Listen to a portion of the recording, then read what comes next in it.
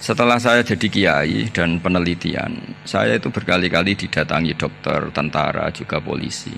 Mereka sering bilang gini, Gus saya ini dokter negeri. Saya ke NTT, ke Papua, karena saya muslim, berkebutuhan Islam, maka dibikinkan musola, dibikinkan masjid.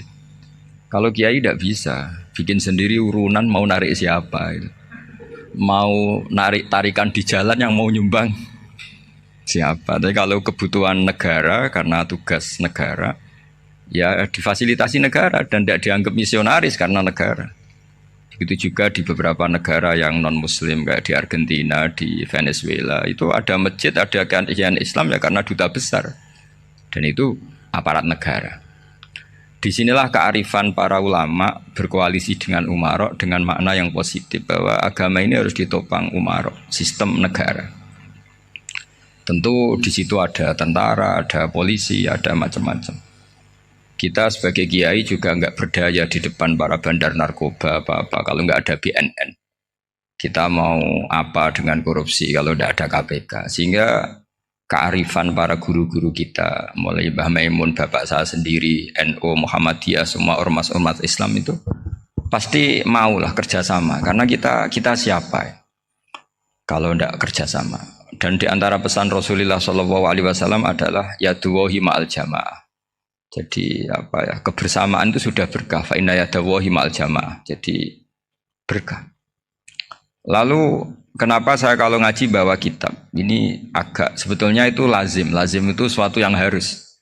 Tapi karena kelamaan mubalek itu tidak pakai kitab. Seakan-akan bawa kitab itu yang aneh. Sebenarnya aneh mereka. Karena begini logika simpelnya ya. Umat Nabi ini berhak dapat apa coba? Berhak dapat warisan yang paling luhur, paling hebat, paling jernih. Apa itu Quran dan hadis? Pertanyaannya, siapa yang paling punya hak otoritatif untuk menerangkan Quran hadis? Ulama. Ulama yang mana? Ya yang kapabel, yang sudah diakui dunia kayak Imam Ghazali, Imam Bukhari, Imam Syafi'i. Artinya kalau kita tidak pakai materi itu ulama mendapat pikiran kita, bukan mendapat pikiran mereka. Saya ulang lagi, kalau kita tidak pakai materi yang otentik, yang orisinil, umat ini mendapat pikiran kita, bukan pikiran mereka. Maka saya berusaha supaya teman-teman atau semua umat Islam dapat pikiran-pikirannya Imam Ghazali, pikiran-pikiran Imam Bukhari, pikiran-pikiran Abdul Qasim Al-Junaidi, kejernian-kejernian Abu Yazid Al-Bustami. Kejernian itu diantaranya adalah misalnya makalah yang menurut saya itu makalah yang super. Jadi untuk ngadepi krisis karena COVID atau karena apalah. Itu lama dulu sederhana sekali. Beliau-beliau punya rumus yang mungkin jarang didengungkan orang, tapi saya akan kampanye rumus ini.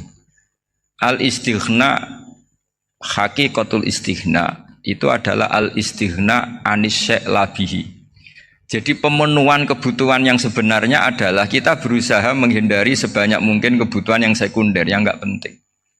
Bukan memenuhi semua yang kita inginkan. Jadi misalnya begini ya, kalau kita lapar, itu keinginan kita itu makan enak apa asal makan? Tentu jawabannya asal makan yang sehat.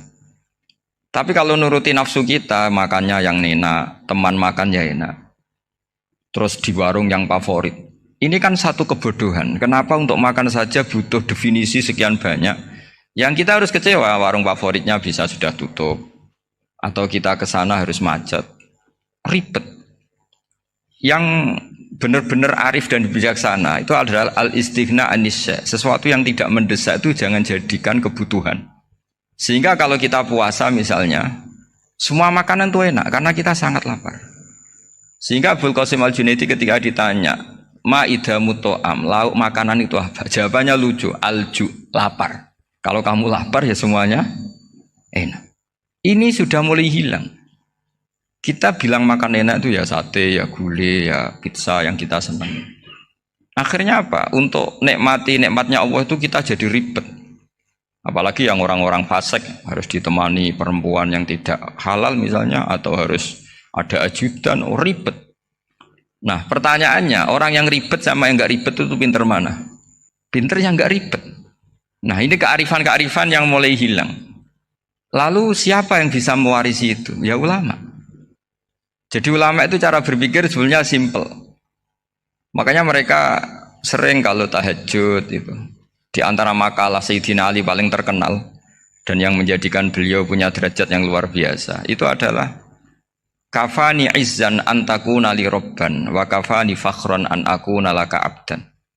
Ya Allah, saya ini sudah begitu mulia, begitu terhormat dan sangat-sangat terhormat karena yang menjadi Tuhan itu Engkau. Jadi rumus pertama itu karena menjadi Tuhan itu Engkau. Hanya Tuhan yang abadi, Tuhan yang pertama, hanya Tuhan yang al-awwal. Coba ya Allah, kalau saya ini punya Tuhan Fir'aun, punya Tuhan mati jadi tontonan lagi, itu kerennya di mana coba? Andai kan kita punya Tuhan Fir'aun, atau punya Tuhan yang asal-usulnya manusia, apapun hebatnya manusia itu, kita punya Tuhan manusia itu. Tuhan yang lapar, yang kalau nggak makan mungkin pingsan, mungkin bisa kena COVID, nanti Tuhannya diisolasi. Kayak apa? Makanya ketika Tuhan Allah menyindir ketuhanan selain Allah itu, Allah hanya menyindir dengan kalimat sederhana, kana yakulanit to'am, yang kamu tuhankan itu masih makan. Artinya kalau nggak makan ya lemes. Jadi lama-lama ada orang gini, alhamdulillah tadi Tuhan mampir ke saya, kelihatannya lapar, setelah tak kasih makan sehat lagi. Susah nggak punya Tuhan yang seperti itu. Beda dengan Tuhan kita. Tuhan yang nggak butuh makan, nggak butuh minum, al-qayyum, zat yang berdiri sendiri tanpa butuh yang lain. Al-awwal, sebelum ada langit bumi sudah ada Tuhan kita yaitu Allah. Bandingkan dengan Tuhan-Tuhan yang dipertuhan yang lain, yang adanya setelah bumi, misalnya Fir'aun dan sebagainya. Sehingga Sayyidina Ali pertama jadi kebanggaan apa? Kafani izzan antakuna li robban. Saya ini keren betul, karena punya Tuhan yaitu Engkau. Tuhan yang lahul asma'ul husna, Tuhan yang semuanya punya kebaikan, punya keabadian, punya keagungan. Terus wa kafani fakhron an akuna laka abdan, dan saya bangga sekali karena saya menjadi hambamu. Kalau saya jadi hambanya Pak Rektor ribet kan? Sudah tak hormati ternyata nanti tidak rektor. Ya kan ribet kan? Terus pokoknya ribet. Jadi budaknya manusia itu ribet. Makanya ada seorang wali datang ke temannya yang jadi presiden atau jadi raja. Datang ke situ karena tidak punya uang, mau minta uang karena temannya raja. Setelah sampai sana ternyata temannya ini karena orang soleh pas berdoa, ya Allah saya minta ini, minta ini, minta ini. Terus si wali tadi pulang. Tanya, kenapa kamu pulang? Ternyata dia sama, masih minta-minta kayak saya. Jadi sederhana deh. Sama-sama minta kamu, minta zat yang kamu mintain katanya. Jadi dulu itu orang itu sebegitu dekat dengan Allah. Sehingga si raja ini terus ketemu wali tadi tanya, kenapa kamu menyepelekan saya padahal sekarang saya raja? Terus ditanya sama wali tadi, karena temannya, kalau kamu di padang pasir tidak bisa minum dan harus minum 1 gelas, dengan ongkos kamu harus mengasihkan semua kerajaan kamu demi minuman itu. Pilih mana, minuman apa tetap jadi raja? Ya saya milih bisa minum. Saya tidak raja tetap hidup, tapi kalau nggak minum mati. Bagaimana Anda bangga dengan satu kerajaan sing la yusawi kak samain, yang tidak sama dengan segelas air. Jadi artinya terus mereka melihat jadi raja itu ya biasa, jadi presiden biasa, jadi rektor biasa. Karena mereka biasa berlogika, hakikatul izzah itu ya taqarrub ila Allah, yang benar-benar terhormat itu ya dekat dengan Allah. Begitu seterusnya mereka bikin paradok-paradok yang aneh, tapi itu menjadi pelajaran. Bapak saya Ki Nur Salim itu senang baca anekdot Nasiruddin Koja. Itu kalau bikin orang-orang aneh, itu dia datang ke satu pesta, pakai baju lusuh, pakai sarung lusuh atau celana lusuh, sama Sohibul Bait yang punya acara dibiarin. Setelah dibiarin dia pulang pakai jas, pakai dasi, pokoknya keren. Dihormatin, pakai alpat, pokoknya dihormatin, silahkan. Pas dia disuruh minum, minumannya itu disokkan saja ke sakunya. Jas, kamu harus minum yang banyak, karena kamu yang dihormati, bukan saya. Terus makanannya semuanya diletakkan di saku, ada yang apa, ayo kamu makan yang banyak. Alpatnya juga gitu, dikasih sate apa, ayo kamu makan yang banyak. Mereka tidak melihat saya, melihat kamu. Akhirnya orang satu pesta itu istighfar semua, berarti kita ini salah. Terus dia pidato, kenapa kamu ngomong gitu? Tadi saya datang, orangnya sama. Gara-gara beda pakaian, penghormatannya beda. Berarti yang berhak dapat makanan ini jasa ya, bukan saya. Betapa naifnya kita sebagai orang. Ternyata Kita masih hormat sesuatu yang seperti itu, yang atribut lah. Jadi orang-orang sufi itu orang yang bisa menertawakan dunia. Akhirnya ya pertama dia dianggap orang gila, masa jas dikasih makan, dikasih minum. Tapi secara fikih dia benar, haram dia makan. Karena pas dia datang dibiarin, setelah pakai jas dikasih makan. Berarti hakikat yang dapat rezeki siapa? Jasnya apa orangnya? Jasnya apa orangnya? Jasnya. Jadi itu orang-orang sufi, kearifan orang-orang dulu itu bisa ngelola hal-hal yang keseharian menjadi luar biasa. Ada seorang wali melihat istrinya makan satu piring, anaknya makan satu piring. Ditanya, kalian kenyang? Wah, kenyang sekali. Melihat anaknya minum kopi satu cingkir, senang. Kalian senang-senang sekali. Wah, kalau senang dengan hal-hal yang murah bisa, ngapain harus senang dengan hal-hal yang mewah? Bodoh sekali saya. Sehingga terus mereka bisa qanaah. Qanaah itu ya hidup itu simpel, sederhana. Jadi tentu saya tidak akan ngomong yang muluk-muluk, selain itu tidak bidang saya juga apa ya. Kita ini butuh obat di kondisi seperti ini, butuh kesederhanaan, butuh apa ya, istighna tadi. Kita harus istighna billah an ghairillah. Jadi sudah cukup bahwa Allah ini segalanya. Sehingga di antara tugas suci Nabi Ibrahim dan semua nabi adalah wa ja'alaha kalimatam baqiyatan fi aqibi. Nabi Ibrahim itu nabi yang diberi gelar Allah. Dia adalah nabi yang menjadikan kalimat tauhid itu kalimat yang abadi. Fi aqibi, di anak turunnya, di semua generasinya, baik anak turun karena gen maupun karena pembinaan, karena pendidikan. Ini penting sekali saya utarakan karena apa? Satu kehidupan itu sebenarnya digerakkan oleh kata-kata. Oleh moto kalau oleh bahasa modern. Sehingga banyak ulama mengatakan al-ibarat qutun li'ailatil mustami'in, bahwa redaksi atau moto atau pegangan hidup itu penggerak kehidupan. Sehingga sebetulnya manusia itu digerakkan oleh kalimah-kalimah itu, oleh moto-moto itu, oleh prinsip-prinsip hidup itu. Misalnya orang Palestina itu tiap hari ke pasar gitu. Mereka ke laut itu. Ditanya, kenapa tidak takut tembak Israel? Jawabannya lucu. Kena tembak ya mati, nggak makan ya mati, nggak kerja ya mati. Ya sudah, sama-sama mati ya mendingan aktivitas normal. Tapi saya tidak menyarankan itu untuk melawan COVID. Ini cerita saja. Kamu jangan provokator itu. Karena ini wilayah sensitif.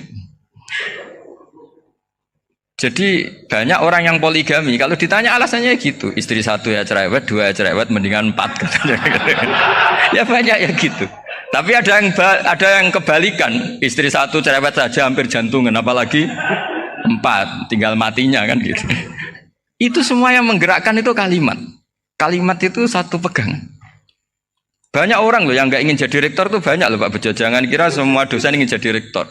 Melihat rektor sibuk rapat, mempertahankan reputasi Unisula, terus sering pegang kepala. Ngapain repot-repot? Jadi tukang sapu aja dapat gaji, ngopi, rokokan, selesai. Bodoh amat jadi rektor, mikir orang banyak. Banyak loh orang yang gak ingin jadi presiden tuh banyak. Karena ngopi nyaman, gak ada yang ganggu. Mau tidur sampai jam 9 siang juga gak ada yang ganggu. Sehingga mereka melihat pegawai negeri itu gak keren, orang kok diatur jam, disiplin. Itu memang cara Allah membagi rahmat. Mau kamu apakan coba? Cara syukurnya dia seperti itu. Bapak saya dulu tuh sering ngajarin saya, diajak jalan-jalan pagi-pagi. Melihat orang ngopi, makan uduk itu bapak seneng. Kok enak jadi wong awam. Ngene esuk-esuk nyemak bocah kesel kabeh kono enak ngopi rokokan. Bapak kadang iri sama orang awam itu iri. Sudah gitu berharap masuk surga kan enak sudah gitu. Tahu-tahu mati, tidak tahu ke surga apa ke neraka ya tidak tahu. Jadi nah, orang dulu itu orang yang bisa mensederhanakan dunia. Sehingga ya sudah cara bahagia. Makanya saya alhamdulillah saya ini kerjasama sama UII sama beberapa kampus. Memang amdan itu sengaja. Kampus itu ya punya sistem yang nggak bisa mewakili sistem kiai. Kiai juga punya sistem yang nggak terwakili oleh kampus juga sebaliknya saling melengkapi. Saya sering ketemu rektor UII, rektor kampus-kampus Islam. Mereka cerita, Gus pendidikan pondok harusnya dimodernkan gini-gini. Saya bilang, kalau pondok modern kayak kampus itu nanti saya ketemu Allah tidak bisa jawab. Kenapa Gus? Saya beri contoh gini. Kalau misalnya perempuan perawan lah atau apa saja, namanya perempuan. mau tanya tentang menstruasi atau haid. Kalau semuanya sistem kampus, dia harus kuliah dulu. Registrasi dulu, kuliah dulu, bayar dulu. Dan dapat jawabannya nunggu mata kuliah pas itu. Bandingkan kalau sistem pondok, saya tuh sering ke pasar sama anak saya dicegat sama ibu-ibu. Gus, anak saya ngalami gini-gini, keluar darah terus menerus, nggak 6 hari tapi 1 bulan penuh. Itu hukumnya apa Gus ya? Nanti saya mau sowan ke jenengan. Nggak usah sowan, di sini aja. Ya sudah, sebelum mengeluarkan darah yang rutin seperti itu biasanya haidnya berapa hari? 6 hari, ya sudah ikut yang 6 hari, yang lainnya istighadah. Ngoten tok Gus, ya udah ya. Begitu terus di masalah udhiyah. Ya coba kalau semuanya pakai sistem kampus, daftar dulu, bayar dulu. Jadi ini nggak ada jawabannya, nunggu mata kuliah itu. Baru dapat jawaban, itu biasa nggak sholat bertahun-tahun karena belum ada jawaban tentang itu. Nah itu kalau misalnya orang mati, tahunya cara memulasara jenazah itu nunggu kuliah dulu, pas mata pelajaran itu dulu, baru menangani orang mati. Berarti orang mati itu tergeledak semua. Tapi kalau kiai kan enggak. Kesini orang mati terbakar, kalau dimandiin malah badannya copot-copot, itu gimana hukumnya? Ini ada orang mati Gus Kendat, ini disolati apa enggak? Ada orang mati oplosan ya kan? Itu disolati enggak? So sering ditanya gitu. Gak usah registrasi Pak Rektor, gak usah registrasi, gak usah daftar, gak usah seminar. Makanya kalau orang kampus wani kiai itu ya kualat tenan itu, karena ini yang on time ya. Tapi pondok seperti saya ya ikrar seikrar-ikrarnya pentingnya kampus karena melatih efisiensi waktu, disiplin, tata kelola manajemen sehingga kita ya hormat. Tapi tadi kita harus saling melengkapi sehingga saya tunjukkan ke publik bahwa saya hormat sekali sama polisi, sama tentara. Coba kita bisa apa ngadepi bandar narkoba kalau enggak polisi? Bisa apa coba menjaga NKRI kalau enggak tentara? Begitu juga ya sudahlah kita memang fa inna yadallahi ma'al jamaah, kita berkah itu kalau bersama-sama. Enggak bisa kita sendiri. Nah lalu orang kayak saya itu ya beberapa kali sebetulnya saya itu ditawanin jadi dokter honoris causa apa. Kekhawatiran saya satu, takut pasti enggak punya uang. Itu dokter kok enggak di duit kan enggak pantas gitu. Jadi repot gitu, daripada beban lah sudahlah enggak usah dokter. Jadi kalau enggak punya uang ya pantas, terus kalau ngebis ya pantas. Suatu saat kalau mati enggak ada yang hadir ya pantas, enggak dokter gitu. Kalau sudah dokter kok masuk neraka, kayaknya apalagi rektor kampus Islam kok masuk neraka itu kan kok kayak nggak pas itu. Misalnya rektor lah ditanya mungkar nakir, nggak bisa kan kayak gimana gitu. Makanya harus sering ngaji saya supaya nggak malu di depan mungkar nakir. Masa rektor ditanya mungkar nakir nggak bisa. Harus berani bentak. Ini saya rektor loh Pak mungkar nakir masa. Kalau wali-wali dulu berani. Masyhur di cerita wali-wali ditanya marabbuka manabuka. Saya ini guru tauhid. Kok kamu tanya marabbuka manabuka yang ngelotok? Kok kamu tidak pernah ngaji enak aja tanya. Jadi wali-wali itu ya rileks ngadepi mungkin. Saya yakin rileks wali di Bang Pak Rektor. Saya yakin itu. Karena wali itu lebih dekat Allah. Sehingga orang dulu itu saya ulang lagi ya, ada satu kearifan namanya hidup itu apa? Hidup itu adalah cari sebanyak mungkin supaya hidup itu tidak tergantung pada banyak hal. Sehingga misalnya cara berpikir orang-orang modern itu sebenarnya banyak orang-orang ilmuwannya nggak ngagumi Amerika. Bukan karena angkuh ndak. Untuk mempertahankan kebesaran negara sebesar itu, kebutuhan listriknya besar, kebutuhan tentaranya besar, kebutuhan apa? Sementara negara kayak Venezuela atau Swiss kebutuhannya ada banyak. Pertanyaannya, yang tergantung dengan banyak hal sama yang tidak tergantung banyak hal, itu pinter mana? Kalau dibalik pertanyaannya gitu, negara-negara maju itu tidak keren kalau dibalik pertanyaannya. Orang yang untuk mempertahankan eksistensinya banyak, butuh banyak hal, dengan yang tidak butuh banyak hal, itu pinter mana? Orang yang bahagianya nunggu jadi dokter, nunggu jadi kiai besar, kiai viral, dengan orang yang bahagia cukup dengan ngopi, itu pinter mana? Tapi kalau dibalik pertanyaannya, orang yang tahunya nikmat hanya kopi, dengan nikmat yang banyak, pinter mana? Makanya Mbah Mun itu kalau guyon itu lucu. Aku ikut saake, ambek wong desa sing mlebu swarga. Saya dulu eskal mlebu swarga kok disakeni. Akhirnya beliau memberi penjelasan. Wong desa iku roe pakanan enak, iku mau kopi mbek uduk. Lah swarga iku mau nuruti sing dikarepno. Akhirnya wis mau mangan, wis ngopi, nguduk, ngopi ora roh pakanan liyane iku ora roh. Nasi mandi ya ora roh, pizza ya ora roh apa-apa. Terus saya bilang, wah lah niku nak nganti selera tentang wanita cantik. Iku juga sederhana. Rontok pesek ya wis cantik, rontok ireng ya wis. Apa bidadarinya seperti itu karena saking enggak pengalamannya. Jadi surga itu kan nuruti apa yang diinginkan. Kira-kira keinginan orang kampung kalau di surga itu apa coba? Makanan apa coba? Ya, nah, senengnya ketemel gemblong itu. Artinya malaikat lebih suka nangani surganya orang-orang kampung di Bang Pak Rektor. Ini sudah ribet ini. Makanan apa saja sudah dicoba ya. Terus kalau di mall tahu orang macam-macam, seleranya macam-macam pasti. Enak mana kalau sampai jadi malaikat pelayan surga? Suka ngelayani orang kampung apa yang orang kota? Orang kampung kan? Jadi ya itu guyon ya, guyon tapi itu menjadi pikiran kita bahwa orang yang banyak kebutuhan itu sebetulnya banyak kebodohannya karena menggantungkan kebahagiaannya dengan banyak hal.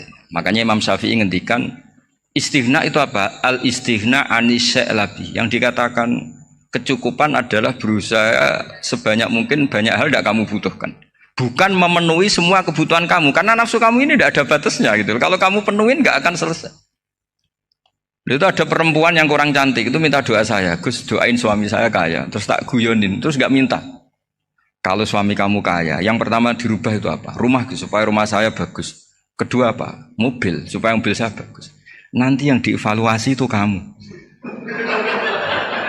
Mobil bagus, Alphard, rumah mewah, istrinya kamu. Pasti itu dievaluasi. Langsung enggak usah. Sudah gini aja kan. Jadi pertama yang dievaluasi itu kaya itu. Coba kalau suami kaya itu yang dievaluasi pertama rumah ya. Rumah ganti. Setelah itu apa? Mobil. Kira-kira berikutnya.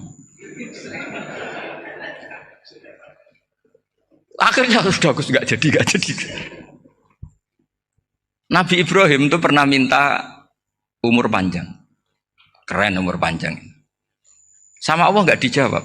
Datang orang tua gitu mertamu ke Nabi Ibrahim, terus disuguhi dikasih kurma. Apa itu? Kok kurma apa? Anggur yang sudah matang sekali, sudah dimakan. Setelah dimakan meler keluar lagi, dimakan lagi meler lagi. Terus Nabi Ibrahim masuk lagi ke kamar. Ya Allah, doanya tak cancel. Nanti kalau saya tua kayak itu. Jadi Allah itu gak jawab langsung tapi ngirimkan itu. Akhirnya ya Allah gak jadi. Nanti takut itu. Saya pernah ngalami jadi kiai tadi ada ibu-ibu ya gak pati cantik lah. Suaminya tuh miskin sekali. Minta doa saya supaya kaya. Bareng tak kasih pertimbangan itu udah gak usah gak jadi. Jadi itu kearifan. Tapi kearifan ini harus kita tanamkan. Saya nggak bisa membayangkan Indonesia yang besar ini. Andai kan tidak ada qanaah, nerimo ing pantum. Coba sekarang ada COVID. Andai kan Indonesia itu kayak Perancis. Saya beberapa kali punya tamu orang yang hidup lama di Perancis, bahkan dapat istri orang Perancis. Itu dulu nggak begitu mencintai Indonesia. Tapi setelah di Perancis 2 tahun, wah Indonesia hebat. Di Perancis itu kata dia kalau cerita, semua kebutuhan masyarakat itu dibebankan ke negara. Apa saja minta negara, apa saja nyoal negara. Sementara Indonesia, coba kalau Indonesia mengalami seperti ini kok tidak ada qanaah rimo ing pantum, bisa kios Indonesia. Orang miskin nyalahkan negara, kelaparan nyalahkan negara, apa saja. Tapi barokahnya dididik kiai jogeman nyalahno wong liya. Urip pun romo ing pandum, diame. Sampai gak ngerti kalau Covid. Banyak tuh orang-orang kampung itu, orang lugu-lugu itu. Mbah niki saking Covid, salam ning Covid, muga-muga umure panjang. Dikira Covid itu nama orang yang ahli sosial itu. Mbah niki dana saking Covid. Matur nuwun sampekno salamku, muga-muga umur panjang. Bingung kan yang nganterin ini. Ini gimana yang mau menjelaskan? Memang nggak paham. Ribet kan. Tapi saya pastikan bahwa dengan keadaan seperti ini kita bahagia, kita stabil, itu jelas barokahnya kalimah tadi, moto tadi atau pegangan hidup tadi. Makanya disebut al-ibarat kutun li'ailatil mustami'in. Bahwa redaksi atau kata-kata atau pegangan atau filosofi hidup, apalah namanya itu adalah penyemangat. Penyemangat. Karena kata-kata ini memang luar biasa. Ketika sahabat perang demi kebenaran, zaman itu ya pasti benar karena yang dibela Nabi. Dulu itu kan enak zaman Nabi, yang dibela mesti benarnya, musuhnya mesti salahnya. Sehingga dulu itu memang harus tegas. Kalau sekarang mau tegas gimana? Yang kamu bela tidak mesti benar, musuhnya tidak mesti salah. Ribet kan kalau misalnya saya tukaran sama Pak Rektor, kamu mau bela mana kan bingung. Saya tidak mesti benar, saya tidak Nabi. Pak Rektor apalagi nggak mesti benar lagi kan? Ribet kan? Jadi kalau kita mau perang sekarang itu mau pede gimana? Enggak. Makanya banyak ulama sekarang tuh mau tegas tuh nggak berani karena ya banyak hal yang abu-abu lah wilayahnya. Misalnya pilihan presiden atau pilihan bupati, pilihan menteri. Kamu mati-matian bela itu, yang kamu bela tidak mesti benar, musuh kamu tidak mesti salah. Misalnya pilihan bupati, wah ini kabupaten ini baik kalau bupatinya ini, yang satu bilang ini, terus tim suksesnya kamu tanya, kamu yakin? Ya tidak juga. Lah kenapa semangat? Kan saya botohnya, paling alasannya ya itu aja, bukan yang lain. Beda dengan zaman Nabi, nabinya mesti benar, Abu Jahalnya mesti salah, kan enak aturan mainnya jelas. Singkat cerita dalam perang itu banyak sahabat yang ngalami luka, ngalami apa gitu. Kemudian curhat ke Nabi, ya Nabi gara-gara derekkan jenengan, ngikuti jenengan saya harus ngalami seperti ini, seperti ini. Ngiranya orang itu diapresiasi sama Allah keluarnya. Ternyata sama Allah gak diapresiasi. Malah diturunkan ayat intakunu ta'lamuna fa innahum ya'lamuna kama ta'lamun wa tarjuna minallah malah yarjun. Kalau kamu sakit karena perang, orang-orang kafir itu ya sakit. Itu saja berani padahal demi kekafiran. Wa tarjuna minallah ma la yarjun, padahal kamu punya nilai lebih yaitu berharap kepada Allah yang mereka tidak punya. Saya jadi kiai itu ya kadang mangkel. Karena yang benci ya benci, yang seneng itu ngel-ngel loh kayak Pak Bejo. Jadi semuanya ribet. Lah iya, yang benci ya ganggu, yang seneng ya ganggu, tambah nemen. Seribet. Tapi kalau sudah ingat bandar narkoba, mereka berhadapan dengan polisi, kadang ditembak karena kesalahannya terlalu fatal. Antar persaingan mereka juga bisa tembak-tembakan karena merebut pasar narkoba. Itu saja mereka berani. Kok kita yang jadi kiai kadang dicium tangannya, dihormati gak berani, hanya takut apa ya, musibah-musibah kecil atau problem-problem kecil. Lah iya, kalau kita bandingannya gitu.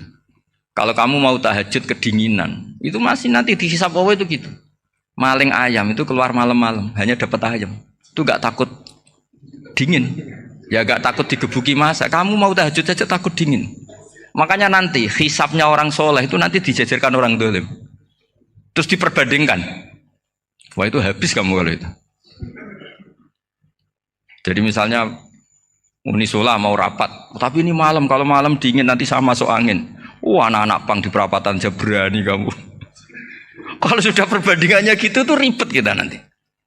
Makanya itu kalimat itu moto atau filosofi hidup. Sehingga diulang lagi nasihat itu.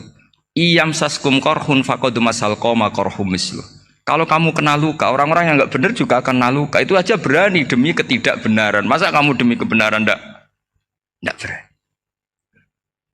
Akhirnya orang itu, ya itu kalimat, itu heroik. Makanya kita ini penting ya, makanya tadi himne Unisula dimulai kalimat thayyibah. Karena kalimat ini yang menjaga kita kalimat ini. Misalnya tentang Tuhan. Kenapa orang Islam imannya kokoh seperti ini, termasuk yang sudah hidup di Amerika, di Australia, di mana-mana. Itu ya barokahnya ajaran atau barokahnya kalimah. Saya sebut kalimah saya pakai bahasa santri. Karena la ilaha illallah itu dalam tradisi santri disebut kalimatu haqqin alaiha nahya wa alaiha namut wa alaiha nub'ats. Ada yang riwayat wa biha nub'ats insyaallah taala minal aminin. Kenapa mereka di mana-mana meskipun sekolah di Amerika, di Australia, bahkan di Uni Soviet tetap mukmin? Itu barokahnya ajaran yang benar. Allah itu siapa? Tuhan. Tuhan itu sifat dasarnya apa? Awal. Dia harus wujud awal sebelum makhluk yang lain. Sehingga ketika ada negara yang maju, yang tertib, manajemennya tertib, masyarakatnya makmur, tapi punya Tuhan yang tidak seperti itu, tidak awal, itu sudah gak nyaman. Karena ndaklah keren Tuhan saya, karena Tuhan saya itu al-awwal, zat yang pertama. Tuhan saya keren lah, zat yang gak mati. Tuhan yang gak mati, yang gak pernah mengalami kematian. Sehingga tontonan atau yang dilihat kenikmatan-kenikmatan yang lain ini tidak mengubah dia pendirian tentang Tuhan. Karena mantapnya satu kalimat tadi bahwa Tuhan itu ya harus satu, harus awal, harus tidak mati, tidak rusak, tidak mengalami apa-apa yang membahayakan. Sehingga ketika ditawarin Tuhan yang lain meskipun menjanjikan secara finansial atau kemakmuran, mereka gak tertarik. Itu coba, itu barokahnya makmur apa barokahnya ajaran? Barokahnya ajaran, sering negara Islam itu kalah makmur dengan mereka, tapi barokahnya ajaran ini tetap apa? Tetap Islam. Makanya Nabi Ibrahim, Nabi yang sukses bikin waja'alaha kalimatam baqiyatan fi aqibi. Sehingga kita ini bekti sama orang tua misalnya, itu ya karena ajaran. Suwargamu itu karek wong tuamu. Nak wong tuamu ridho, Allah ridho. Nak ora ridho, Allah ora ridho. Ridho wa fi ridhol walidain wa sakhatu wa sukhtu wa fi sakhatil. Sehingga ketika ada orang tua yang agak brengsek gitu, anak-anak tetap hormat. Punya orang tua yang miskin, yang sudah miskin, tukang tombok nomor, banyak kan di kampung gitu. Ya tetap hormat. Coba kalau dari awal kita ngajari orang tua kamu hormati ya kalau baik, kalau tidak usah. Bisa geger Indonesia. Tapi barokahnya ajaran-ajaran itu Indonesia tertib karena ada ajaran. Nah ini di sini pesantren dan Unisula semua harus berkontribusi membuat ajaran yang benar itu adalah ciri utama Islam. Sehingga Islam ini dimulai dengan ajaran kalimatu haqqin alaiha nahya wa alaiha namut. Sehingga kita tenang seperti ini. Saya ini termasuk kiai yang tenang. Meskipun kata orang banyak saya ini kiai besar, tapi termasuk kiai yang paling tenang. Termasuk yang paling tenang. Karena saya ini pakai mazhab orang-orang hebat.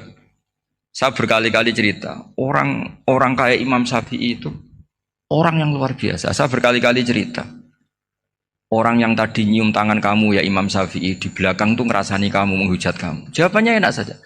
Berarti saya alhamdulillah orang yang wibawa. Buktinya di depan saya nggak berani. Jadi enteng saja. Diceritain sebagian kampung, sebagian separuh dari warga kamu itu nggak suka kamu. Ya bagus lah nggak suka saya, nggak akan utang duit saya. Di mana-mana orang utang itu karena teman dekat. Kalau nggak seneng pasti minimal nggak utang, nggak pinjam mobil, nggak pinjam apa. Berkah mana yang seneng sama yang gede? Jadi dianggap enteng saja. Semua yang dialamin dianggap enteng saja. Misalnya punya istri pemarah, ya baguslah marahin suami. Kalau marahin tonggo malah ribet. Jadi kamu harus terima kasih kalau dimarahin istri. Baguslah marahin saya mah, kalau marahin tonggo ribet. Jadi enteng saja. Tapi kita sekarang tuh karena nafsu ya, sehingga menghadapi hidup ini ribet. Ulama dulu kalau mau mati itu senengnya bukan main.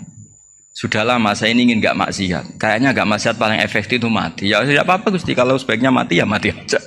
Enteng saja. Jadi melihat kematian itu akhir dari segala keburukan atau potensi keburukan. Apapun baik kita sekarang, suatu saat mungkin kita gak baik. Yang bisa menghentikan ketidakbaikan atau potensi ketidakbaikan itu apa coba? Mati kan? Berarti mati itu mengerikan apa menyenangkan? Mesti kamu tidak berani menjawab. Meskipun secara ilmu kamu berani, tapi secara rasa agak berani kan? Saya ulang lagi ya. Yang bisa menghentikan keburukan atau potensi keburukan itu apa coba? Apa? Kematian. Berarti kematian itu menyenangkan atau menyusahkan? Apapun kamu tidak berani jawab karena kamu agak-agak duniawi itu kelihatannya. Tapi secara ilmu, kamu tahu kan kalau mati itu tidak buruk-buruk banget. Karena apa? Itu akhir dari segala keburukan. Sehingga Nabi ngajarkan kalimat itu begitu luar biasa. Allahumma ahyini maka natil hayatu khairan li wa tawaffani maka natil wafatu khairan li. Nabi melihat dunia itu begitu indah. Ya Allah, kalau saya ini hidup, anggap saja hidup ini ziyadatan li fi kulli khairin, menjadi modal saya menambah segala kebaikan. Jika suatu saat saya mati, anggap mawon rohatan li min kulli syarrin, itu akhir dari segala keburukan saya. Sehingga mati hidup ya baik karena di situ kita bisa berkontribusi beramal soleh. Mati juga baik karena mengakhiri segala keburukan. Nabi nate ngendikan lagi, ajaban li amril mukmini inna amrahu kullahu khair. Orang mukmin itu mengagumkan, semuanya baik. In asobathu na'ma syakara fakana khairan lah. Kalau baru dapat nikmat, dia syukur, maka itu baik. Wa in asobatu dharra sabara. Kalau dapat masalah mereka sabar, itu juga baik. Sehingga orang mukmin dua sisinya pasti baik. Itu juga kalimat, maksudnya moto atau pegangan hidup. Nah berikut ini saya beri contoh, ini kenangan saya, ini contoh terakhir. Masalah jadi orang terkenal maupun tidak. Di sini dicontohkan Imam Ghazali di halaman 367 di kitab saya 367, juznya 3 di kitab Ihya Ulumuddin. Di sini beliau cerita betapa untuk menjaga ikhlas sebaiknya orang itu tidak terkenal, tidak syuhrah, tidak terkenal. Oke, itu kita sepakat ya, karena kalau terkenal mungkin orang dipaksa publik dengan tanda kutip untuk selalu berbuat baik, tapi karena jaim lah, jaga imet atau apa. Tapi ketika dibalik pertanyaannya, kamu rela yang terkenal itu orang nggak benar, sementara yang orang benar itu nggak terkenal. Lalu masyarakat taunya yang tidak benar. Kalau pertanyaannya dibalik gitu, orang baik wajib terkenal enggak? Kalau pertanyaannya dibalik seperti itu. Dokter yang benar tidak terkenal, yang malpraktek terkenal. Kamu ingin kondisi seperti itu? Gak ingin kan? Kampus yang bagus gak terkenal, kampus yang bagus gak terkenal, yang gak bagus. Nah, artinya apa? Gara-gara olah kata, olah pikiran, ini logika jadi rubah. Lagi-lagi apa? Jawaban itu ada di kata-kata sebetulnya. Makanya bab-bab seperti ini tidak usahlah kita berdebat, berpolemik. Sebaiknya orang itu humul, menutup diri, apa sebaiknya orang terkenal, itu nggak perlu seperti itu. Sudah terserah Tuhan saja. Makanya saya mulai dulu ngaji sampai sekarang itu ya tidak punya punya ikon tertentu atau punya website tertentu, enggak. Sudah terserah pangeran. Sudah, saya juga tidak sok suci materialistik atau enggak, ya tidak mikir saya. Bukan apa-apa ya, karena saya ini kiai, jadi biasa urusannya sama Allah, tidak sama makhluk. Jadi pusing kalau sama sarah-sarahnya makhluk itu pusing. Meskipun rektor kalau nasihati saya pasti tidak saya terima, itu tetap makhluk, itu sudah ada ngefek kalau saya itu sudah ada itu. Bukan karena saya sombong, ya memang makhluk betul gitu, bukan. Cuma nasibnya bejo aja, tapi makhluk tetap makhluk. Saya beri contoh ya. Ini makalah yang ditulis Imam Ghazali.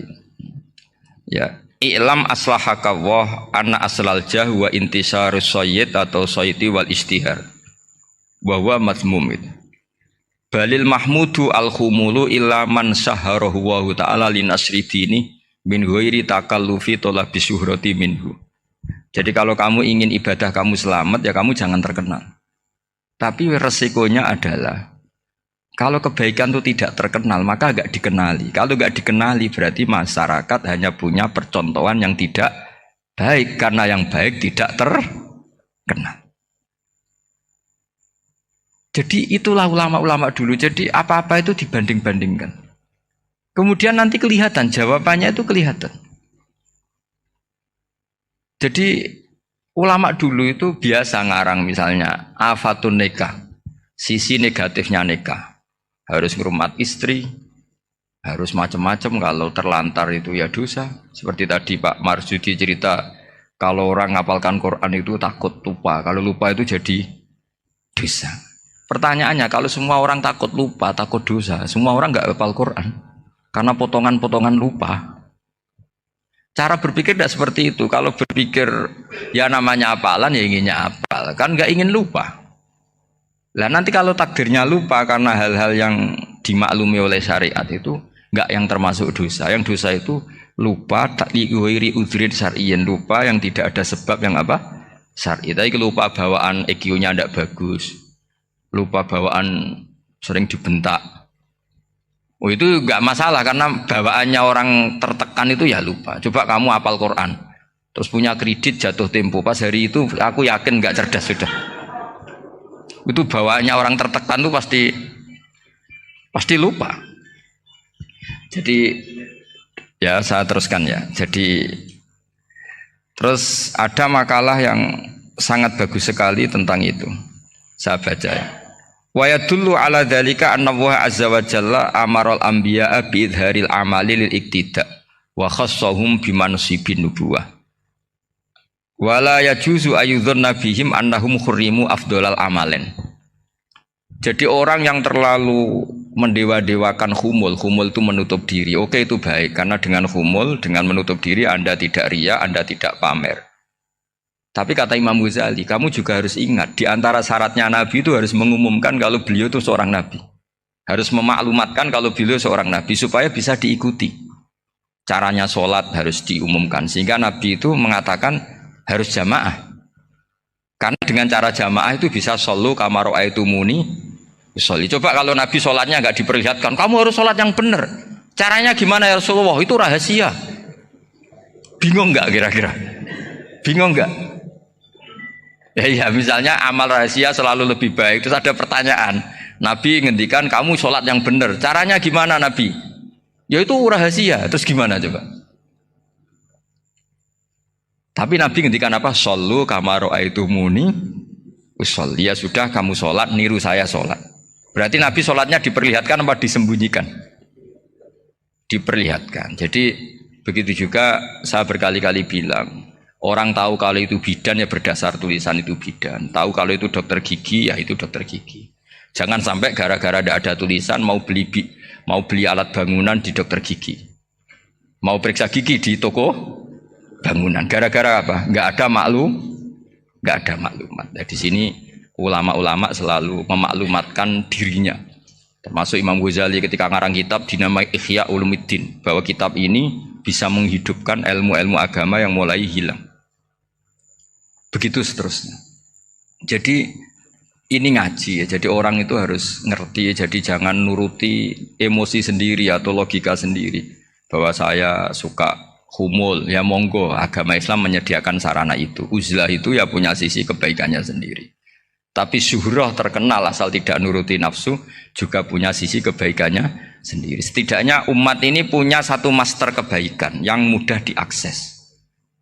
Tapi tadi saya ulang lagi, jangan karena hadun nafsi, jangan karena kepentingan pribadi. Makanya di sini disebutkan wa yadullu ala dzalika ay ala syuhrah anna wa ta'ala amaral anbiya bi idzharil amal lil iktida.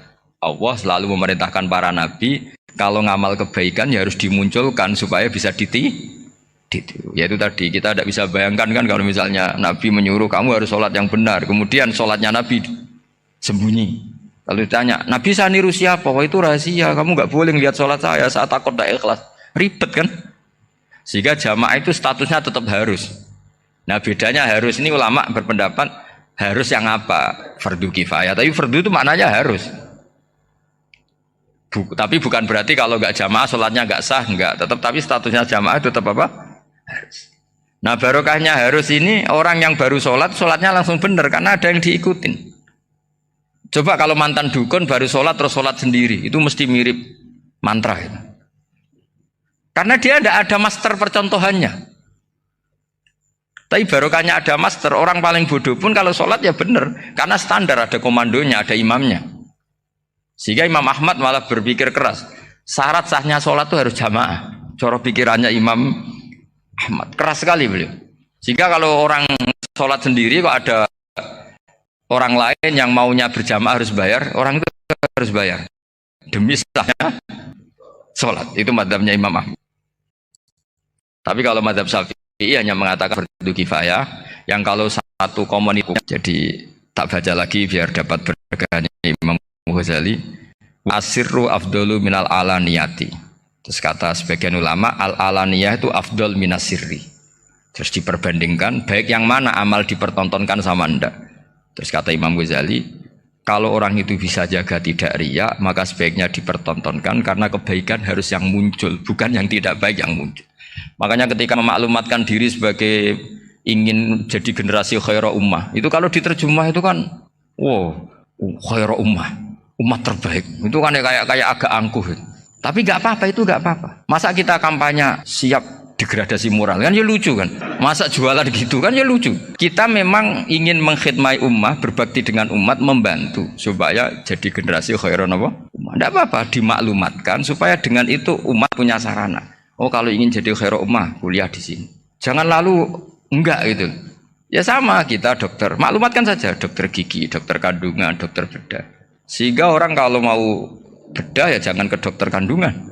Jadi barokahnya maklumat ya. Jadi saya mohon sekali ini, saya sendiri sebetulnya orang yang nggak siap terkenal sebetulnya, tapi ya sudah terserah Allah saja. Kalau itu cara Allah menyebar kebaikan, ya monggo. Pokoknya kita tawakal saja sama Allah Subhanahu wa Ta'ala. Saya kira demikian. Assalamualaikum warahmatullahi wabarakatuh.